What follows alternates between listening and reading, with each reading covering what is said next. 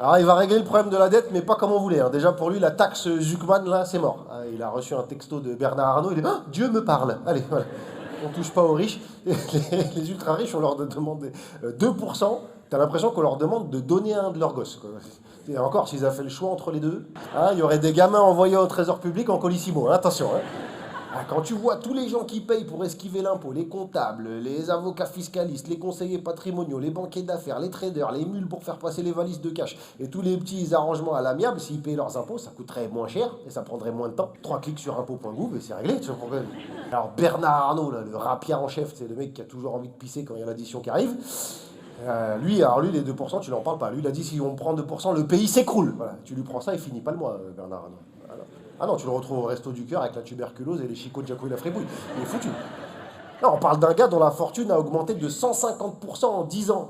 Ouais, mais il a donné 200 millions pour Notre-Dame. Eh ben écoute, le jour où tu as une jambe cassée, tu vas aux urgences de Notre-Dame, on va te désinfecter avec de l'eau bénite et te frotter une hostie sur le tibia, puis on verra si tu dis merci Bernard. Voilà.